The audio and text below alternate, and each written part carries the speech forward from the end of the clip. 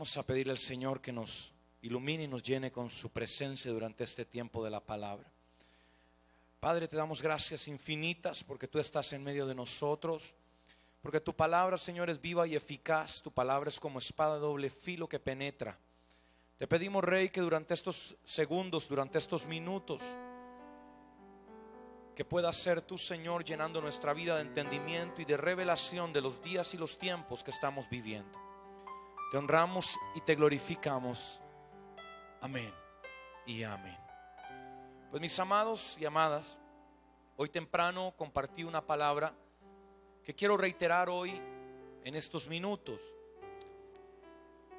Desde el día de ayer que empecé a preparar el mensaje, le oraba al Señor y le decía que pues me hiciera entender y comprender, número uno, cuál era el mensaje para esta mañana y esta reunión, pero al mismo tiempo que pudiera hacerme ver la palabra desde otra perspectiva.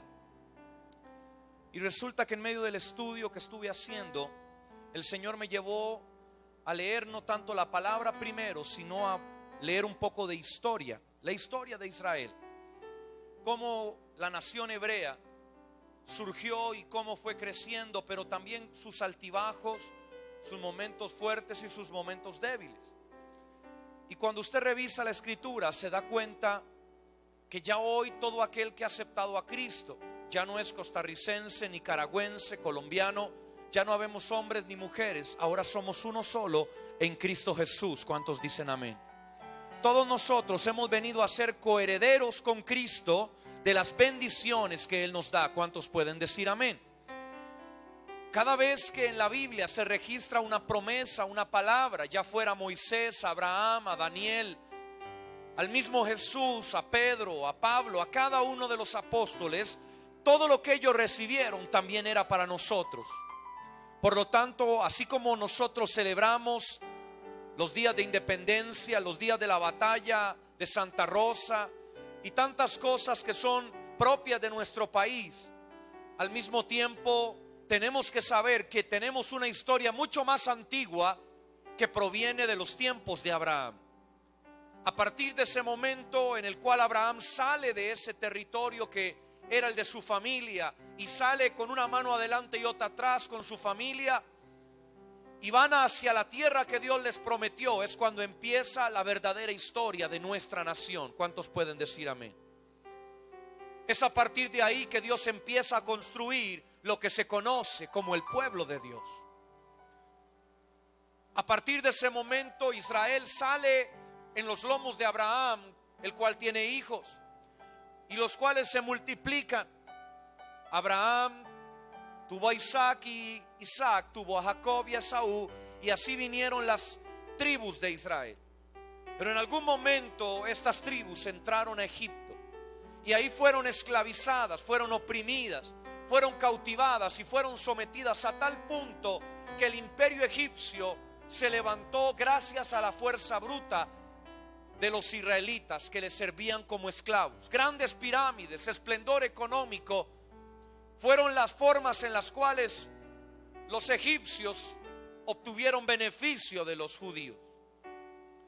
Un día Dios envió un profeta a Israel, un profeta que vino para libertar a la nación del cautiverio egipcio, no por su fuerza, no con un ejército, sino con la mano poderosa del Dios eterno, que también es nuestro Dios y que hoy nos fortalece, nos llena de vida, nos da esperanza, nos da aliento para saber que hay una tierra prometida que nos está esperando, que no hemos sido llamados a la opresión ni al cautiverio, ni a la angustia ni a la escasez, sino que hay una tierra donde fluye leche y miel que Dios nos ha llamado a habitar. Dios envía a este profeta y a través de plagas el imperio egipcio es doblegado y los hebreos salen de esa tierra. Salen y van a poseer el territorio que Dios les ha entregado, son prosperados, bendecidos, se multiplican. Dios levanta una gran cultura, una enorme y poderosa nación, un imperio emerge y la corona de ese imperio es el templo que construye Salomón. A pesar de todo esto, A pesar de las grandes cosas que vieron los ojos de los israelitas, en algún momento la nación vuelve sus ojos hacia otros dioses. Se paganizan, se mezclan con mujeres que no eran israelitas, los varones, y empiezan a adorar a sus dioses. Se pervierten, viven vidas de pecado, y poco a poco Dios va apartando su gracia y su misericordia de la nación, al punto en el que un día la gracia es retirada por completo y son invadidos por un imperio que se llamó el Imperio Babilónico. Esos días se registran en la Biblia, en el tiempo de Daniel. Dice la Escritura que Daniel era un príncipe de Israel que vivía en el palacio, y cuando entraron los babilonios fue sacado de aquel lugar junto con sus amigos Sadrach, Mesach y Abednego y llevado a Babilonia como esclavo. Gracias al poder de Dios y a su misericordia, Daniel y sus amigos son puestos en lugares de eminencia, pero no a través de su inteligencia ni de su habilidad, sino gracias a la mano poderosa de Dios, que una vez más entró en escena para hacerle entender a Israel que ya no sería más por espada, ya no sería más con ejército, que ahora sería por el poder del Espíritu de Dios, a través del cual se librarían y se ganarían las mayores batallas. Pero Israel vivió cautivo. Los babilonios eran un imperio sumamente pagano, idólatra hasta decir basta, al punto de que hoy el Apocalipsis representa a la gran ramera como Babilonia.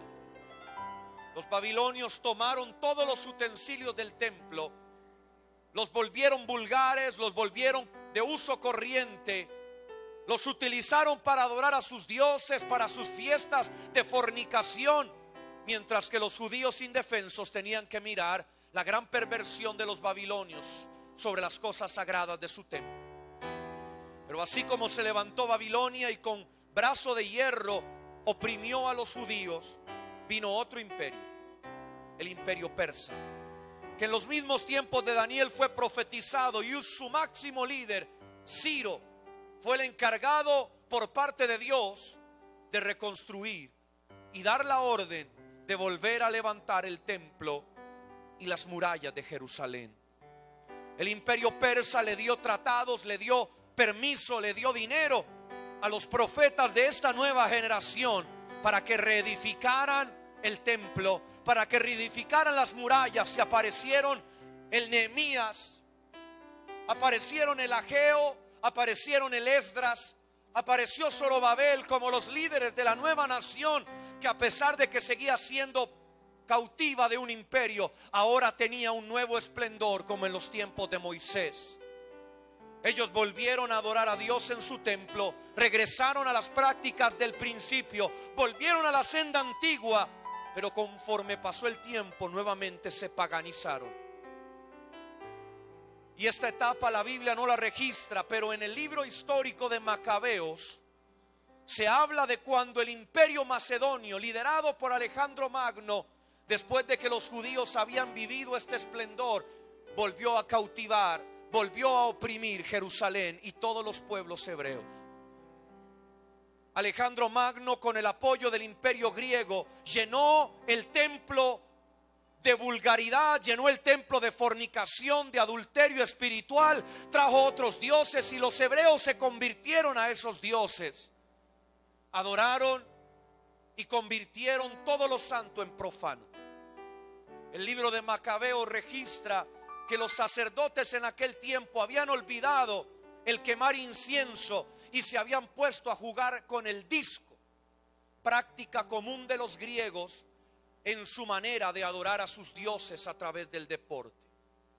Los judíos se apartaron de Dios y volvieron a quedar cautivos, pero en esa generación se levantó un grupo de rebeldes, un grupo de independentistas que logró sacar por completo a los griegos y a los macedonios de Tierra Santa, de la tierra de Jerusalén. Dice la Escritura de Macabeos que esta rebelión hoy se celebra como la fiesta del Hanukkah, que tal vez algunos de ustedes la han escuchado. Pero luego de que avanzaron los años, solo 50 años después, 5 décadas después de haber sido nuevamente libres, apareció otro imperio. el imperio romano. Este imperio romano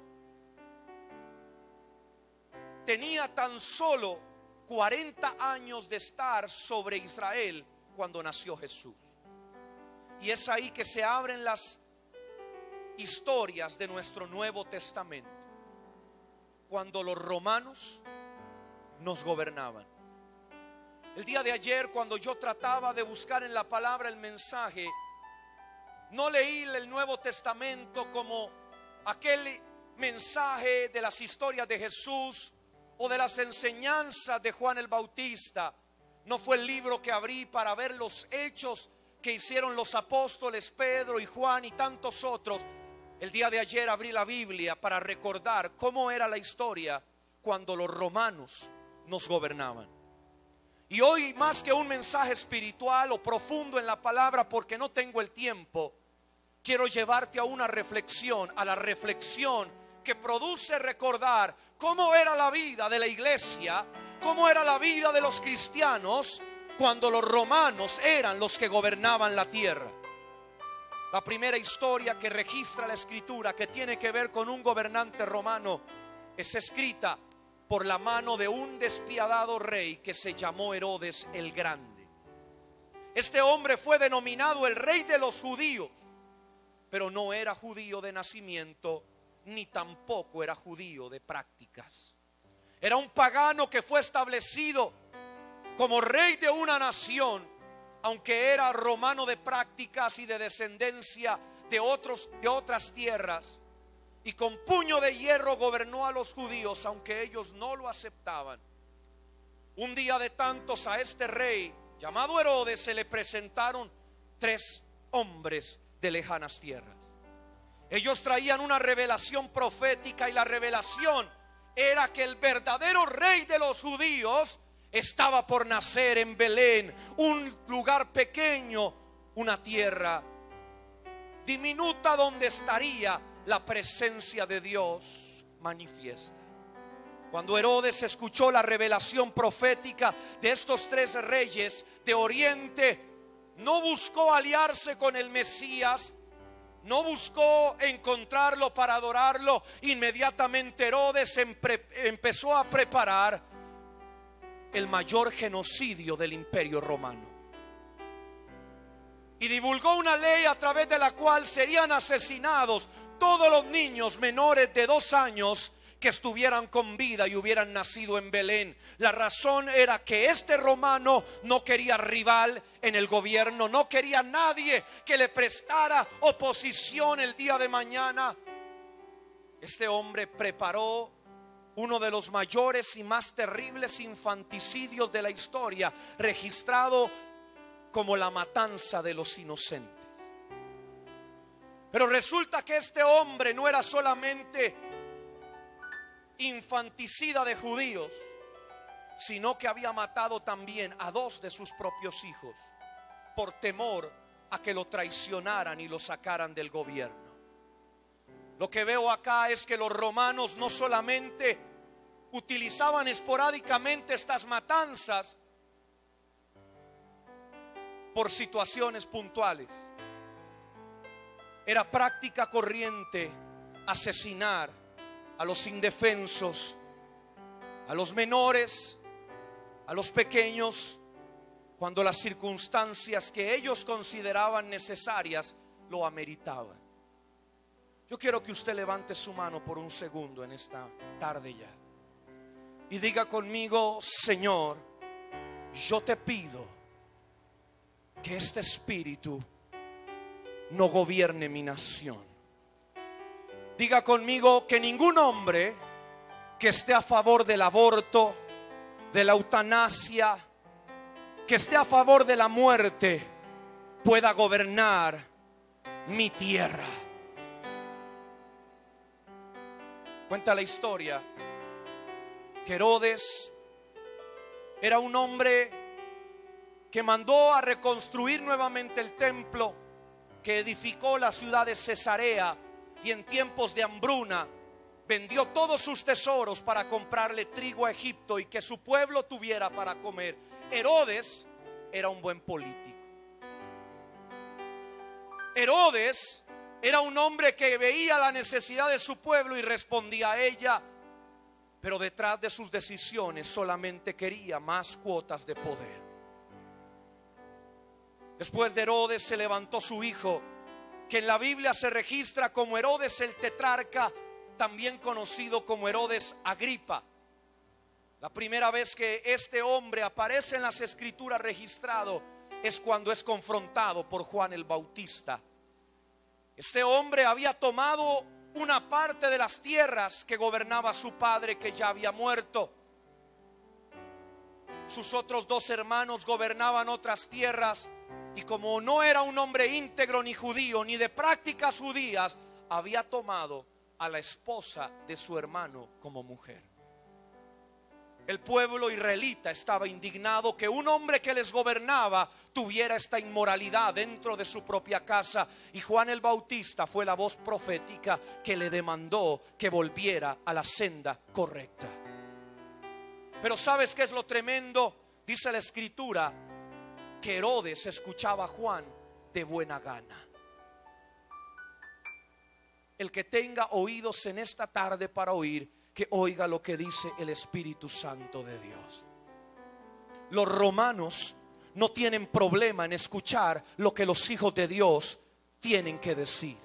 Los romanos no tienen problema en prestarte atención a tus mensajes, a tus enseñanzas. No tienen problema aún en aparentar una conversión, pero en el fondo sus decisiones terminarán siendo lo que a ellos les da la gana, porque ellos no sirven al Dios que tú y yo servimos. Ellos sirven a sus propios placeres.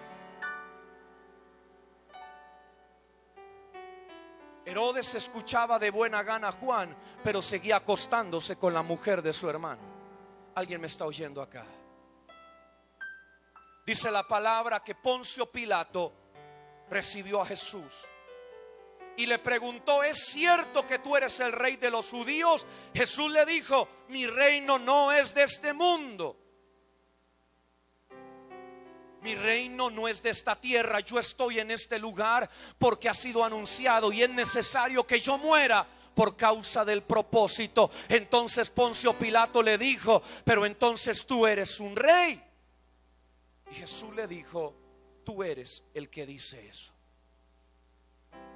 Poncio Pilato escuchó a Jesús, lo tuvo presente, oyó sus palabras, pudo verlo en carne y hueso, pero a pesar de eso terminó haciendo no lo que era correcto ni lo que era justo, sino lo que el pueblo le demandaba.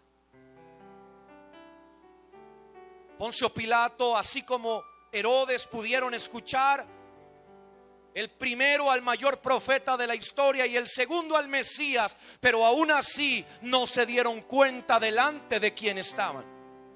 No les importó lo que sucediera después, no les importó la justicia, ni lo correcto, ni lo bueno. Les importó lo que les fuera más favorable políticamente.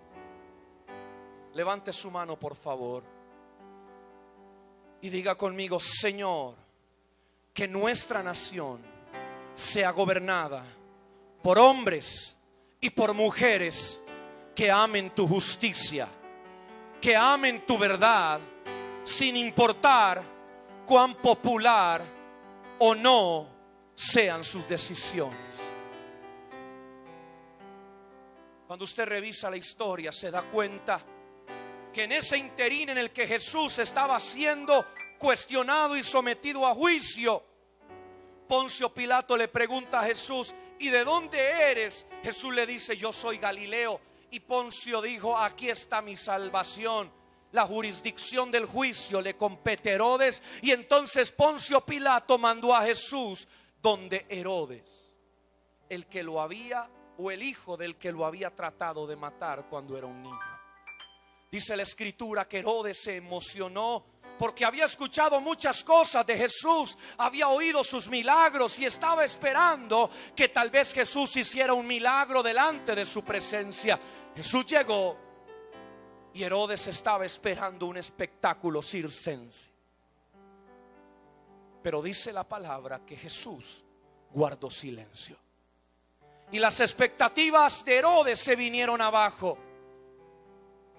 se derrumbaron por completo y se dio cuenta que no había ni una sola razón justa para sentenciar a Jesús a muerte. Y entonces le envió el paquete de vuelta a Poncio Pilato para que lo enjuiciara. Pero eso no es todo, ¿sabe? Dice la historia que Herodes y Pilato estaban enemistados hasta ese día. Pero a partir de ese momento se volvieron a amigar uno con el otro. Parece increíble, pero cuando los romanos gobiernan, y aún los romanos que son enemigos unos de los otros, estarán dispuestos a enlazarse y a hacer contrataciones y a confabularse con tal de ir en contra de la iglesia y del propósito de Dios. Porque tanto Herodes como Pilato sabían lo que era justo, sabían que no había sentencia contra aquel hombre, sabían que lo que estaba sucediendo era algo incorrecto, pero aún así no pudieron tomar la decisión, no pudieron plantarse y decir: yo tengo la fuerza y yo tengo la ley y este hombre es justo. Ellos simplemente hicieron lo que el pueblo quería que se hiciera. Y dice la escritura que nuevamente Jesús fue a dar a las manos de Poncio Pilato.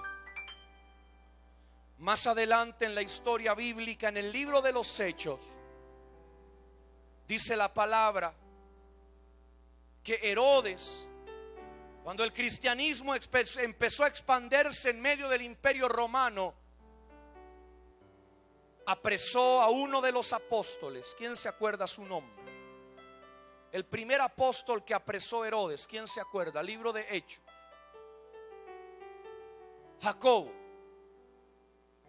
Y dice la palabra que Herodes apresó a aquel apóstol y lo mató. Y cuando se dio cuenta que aquel acto le agradaba a los judíos, fue a buscar a Pedro y lo encarceló también. Cuando los romanos nos gobernaron, ellos no tuvieron ningún respeto ni por la iglesia ni por los líderes de la iglesia. No tendrán ninguna pena ni ninguna vergüenza en ir en contra de ellos, porque es popular atacar al pueblo de Dios. ¿Quién está aquí conmigo? Cuando los romanos nos gobernaron, el pueblo que estaba siendo gobernado, el pueblo de Dios, no tenía expectativas en los hombres. Su mirada estaba puesta en Dios, porque donde quiera que iban eran perseguidos. Pero resulta que esta práctica se volvió tan fabulosa, tan emocionante, tan divertida para los romanos, que empezaron a buscar de casa en casa, de pueblo en pueblo, de ciudad a ciudad, donde hubiera un cristiano, para apresarlo y mandarlo al Coliseo romano, y ahí ser muerto por osos, tigres y leones. Levante sus manos, por favor, y diga conmigo: mi nación no será gobernada por hombres sanguinarios, por hombres injustos, por hombres corruptos que no aman lo bueno. Dice la escritura que cuando Jesús fue llevado donde Pilato, había todo un cuestionamiento sobre aquel hombre. Y dice la palabra que Pilato les dijo a los judíos: en este hombre no hay una razón por la cual yo deba castigarlo. Ellos le dijeron: el problema es que este hombre ha violado nuestra ley. Y textualmente dice la palabra que Pilato tuvo miedo. Pilato no era un pusilánime. Pilato no era un miedoso. Pilato, dice la Biblia, que había masacrado a los samaritanos. que había acabado con todas las revueltas independentistas de los hebreos para lograr la libertad de Roma. Pilato había sido un gobernante inmisericorde, pero cuando estos judíos religiosos, cuando estos hombres perversos trajeron aquellos argumentos delante de él, aquel poderoso gobernante con mano de hierro, inmisericordia, dice, tuvo miedo. Y fue entonces que él dijo: el calendario marca que viene el día de la Pascua, y es el día en el cual yo les voy a entregar a ustedes a un preso. Y trajo a Barrabás, que para muchos era un delincuente, según nos enseñan las tradiciones. Pero cuando usted revisa la historia verdadera de Barrabás, Barrabás era un guerrillero, y su acusación era haber matado a un centurión romano en búsqueda de la liberación de su nación. Se dice que Barrabás era un celote. Esa designación era una designación para aquellos hombres que creían que la única manera de liberar la tierra prometida era a través de la fuerza. Así como hoy usted ve que hay terroristas en Oriente Medio, se dice que los celotes fueron los primeros terroristas de la historia. Barrabás era una figura que representaba la fuerza armada, que representaba el Mesías que muchos judíos estaban esperando.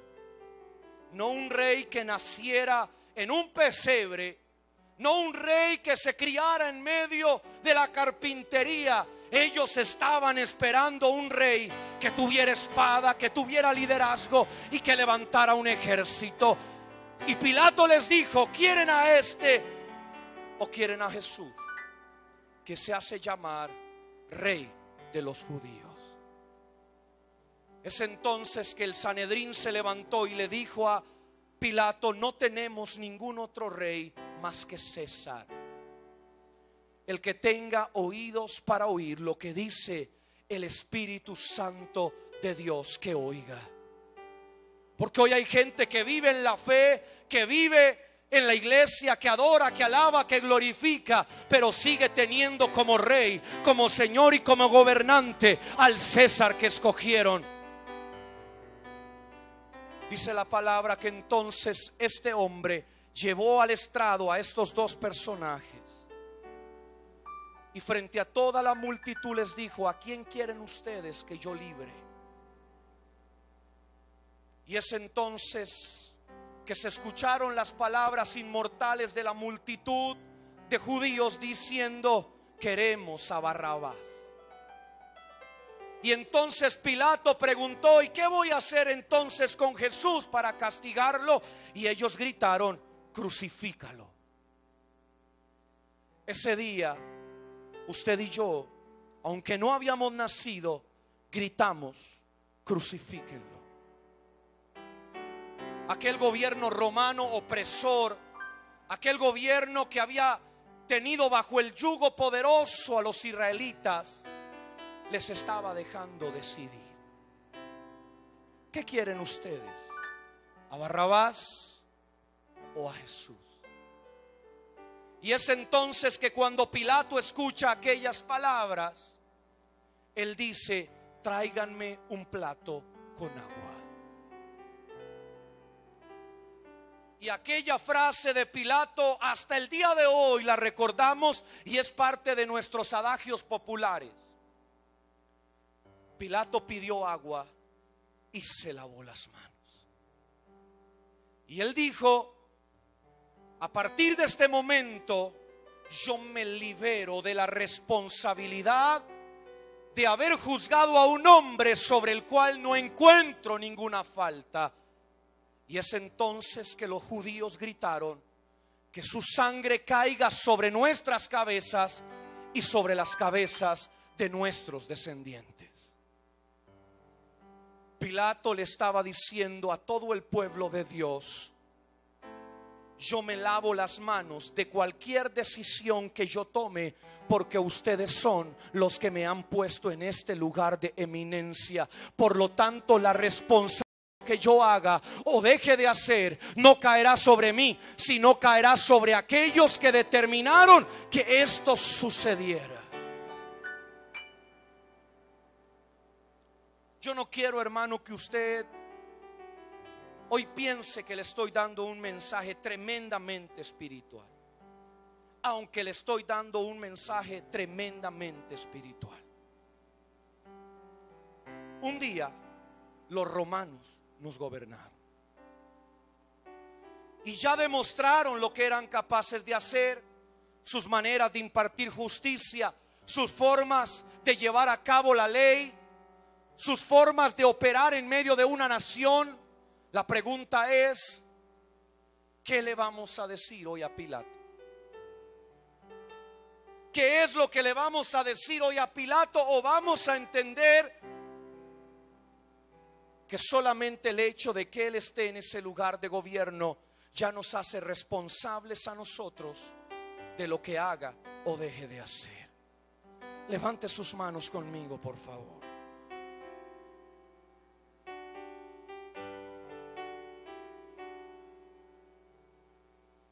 Este país ya no soporta más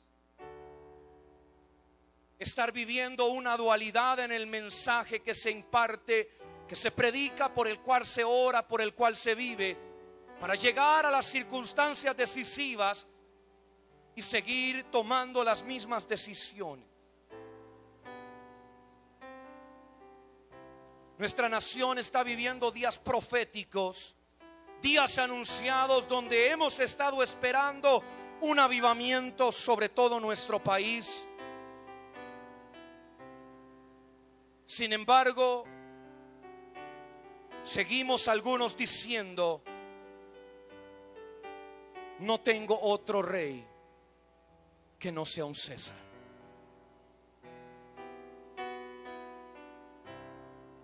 Hoy este país, al igual como tanto tiempo atrás los hebreos tuvieron oportunidad de ser libres, hoy este pueblo es libre. Libre de pensar, libre de hacer, pero también libre para decidir. Quizás decisiones que algunas veces tienen que ver con el trabajo, con la familia, con la economía, pero otras tienen el deber y la responsabilidad de relacionarse con el gobierno. Y hoy nuestra nación está delante de esa decisión profética. Pero delante de nosotros también hay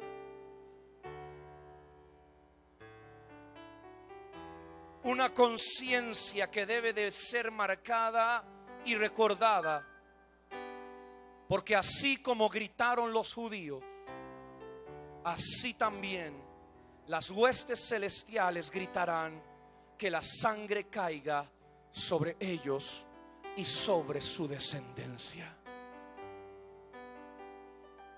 Pilato podía tomar otra decisión, pero tomó la decisión que el pueblo le demandaba y le pedía. Pilato podía hacer lo que quisiera, pero asimismo se lavó las manos y dijo: esta decisión yo la tomo porque ustedes son los que han decidido que yo esté en este lugar. Por lo tanto, me quito la responsabilidad que hay sobre mí y la traspaso a aquellos que decidieron que yo estuviera en este lugar. Quiero orar por usted, no me voy a extender más, ya debe ser la hora de que usted parta.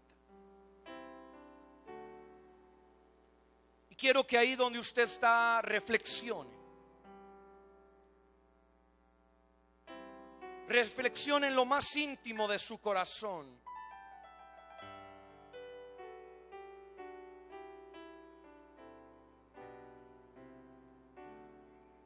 Porque hace 4 años recuerdo vívidamente cómo el mensaje era: van a venir proyectos, van a venir ataques, van a venir intentos del diablo a través de proyectos de ley, de ocurrencias diputadiles, de grupos de oposición, de accionistas o más que accionistas, de gente activa, activistas, de movimientos homosexuales, lésbicos, que van a dar pisadas de gigantes sobre nuestra nación. Cuando hoy nosotros estamos hablando de aprobar este tipo de leyes, los países entre comillas más avanzados y desarrollados como Holanda o como Suiza hoy están hablando de aprobar o legalizar el incesto como una práctica normal. Se está hablando de legalizar la pederastria, porque ya ellos avanzaron sobre los proyectos de ley que hoy nosotros estamos peleando. Y le garantizo que aunque ellos hoy están en la cúspide de su desarrollo, así como Egipto y así como Babilonia, como Persia y como Grecia y como Roma, todos ellos caerán. Porque el único reino que se preservará a través de la historia será el reino de los cielos. Los únicos que serán hallados justos en la balanza serán aquellos que se presentarán por la sangre de Cristo limpios delante de la presencia del Dios Todopoderoso. Pero la pregunta en ese estrado celestial será: ¿cuánta sangre está sobre tu cabeza por haberle gritado a Pilato, crucifíquenlo? Padre, yo bendigo a tu pueblo y oro por ellos para que tú desates revelación y entendimiento, para que tú les hagas entender, Señor, que lo que hacemos en secreto es secreto, pero no deja de tener conciencia lo que hacemos. Podemos guardarnos decisiones o apoyos hacia grupos, pero eso no va a limitar ni va a hacer olvidar la responsabilidad que recaerá sobre nosotros y nuestras generaciones. Te pedimos, Dios, que nos des entendimiento en los días que vive nuestra nación,